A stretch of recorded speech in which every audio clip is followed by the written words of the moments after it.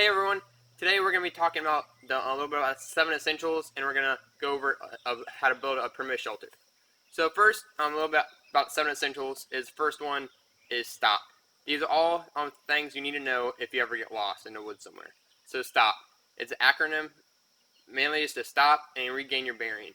You want to observe what's around you so you don't move around too many places. The best place to be found is exactly where you got lost. So don't deviate a whole lot from that position itself. The next is first aid. First aid is very important to keep your health up as long as you can for as long as you are lost for. So we got 2 down. The third one is shelter. So that's what we'll be discussing today and going over a little bit in our video. The next is fire. You can see one of our other videos on the fire methods. The next one is getting your water. That's also in another method. Signaling for help, and then last but not least is do not worry about food. So Will's gonna go over the method or the setting a little bit and why we picked this area. All right, so we wanted to pick an area that had relatively large amount of tree coverage already. If we do run into bad weather, it helps to have that natural tree canopy above us to help with that. And then as far as where to set up the actual shelter itself, we picked a nice tree with a fork in it, so we can lay this larger log across it. That'll be the spine of our shelter. We're going to do a lean-to. So over the course of the video, you'll see us make progress on it, and we'll show you some stops here and there to, go over the finer details of it.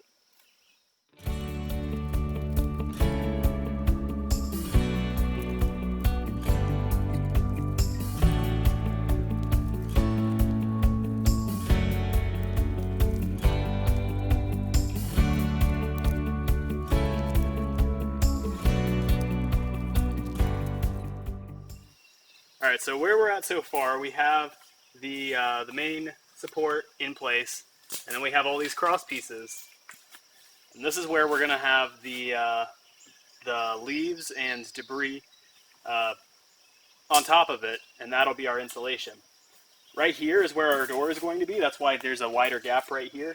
You'll be able to crawl in here, and then your legs will fit down in this area.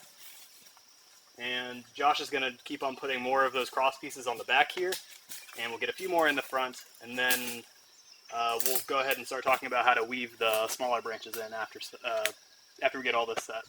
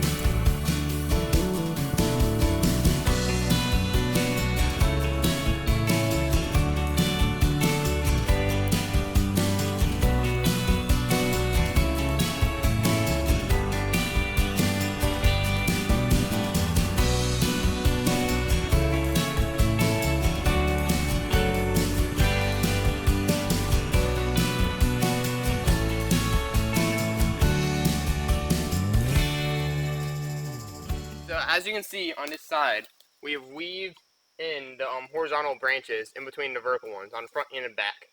This is going to help stabilize the little small twigs and leaves and stuff we'll put on later to keep the rain off.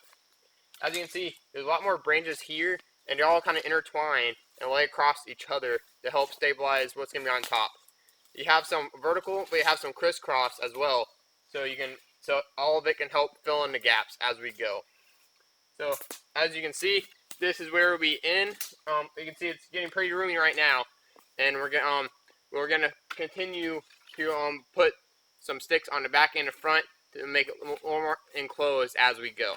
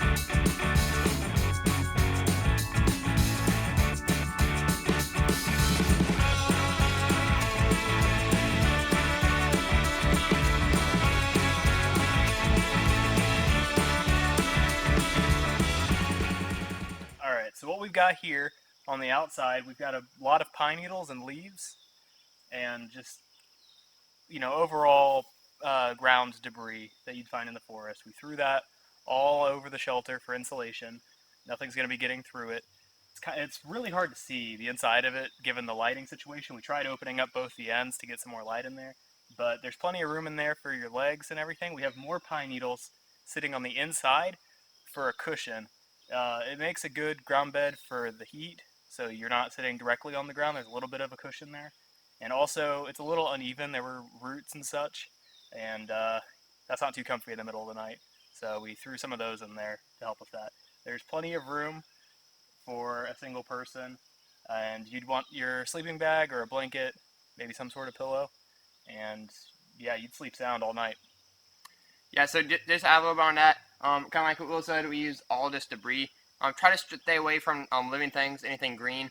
If it's green, it's on the ground, it just died, it's good to go. We don't pull anything off, like leave branches off the trees or anything. Let those live. Just use the dead branches and grass and stuff on the ground already. One of the most important parts about building a shelter is actually tearing it down afterwards. Make sure we practice leave no trace. So once we're done sleeping it that night, we take it and disperse everything, and it shouldn't be noticeable that you had a shelter there at all. So you want to spread out evenly and a good distance away from the actual scene that you slept in, but also with the grass bed dispersed around where you gathered that in general. When you're building a shelter, especially your first few, you shouldn't be too afraid to make mistakes. We've all made mistakes with our first few shelters. I remember my first shelter, I decided to build it on a hill. I thought that was a good idea, just because there was a tree that looked really nice, and I had a lean-to set up, but I was on a hill, and I was sliding the entire night down toward the bottom of the shelter, and I eventually kicked the bottom of it out. So, everybody has their stories. Yeah, in my story, I made a little teepee around the trunk itself. It looked very cool on the outside, and I just curled around the trunk, but despite my efforts, I was sleeping on roots the whole time, which is not comfy, and it doesn't matter how much grass you put on a big root, you can still be able to feel it. So the main aspects of this is be creative. Your shelter does not have to look like this. It doesn't have to look anything like this. Be creative and make it your own way. So we're gonna go and head down for the night, and get ready to get for bed. Okay? Take it easy.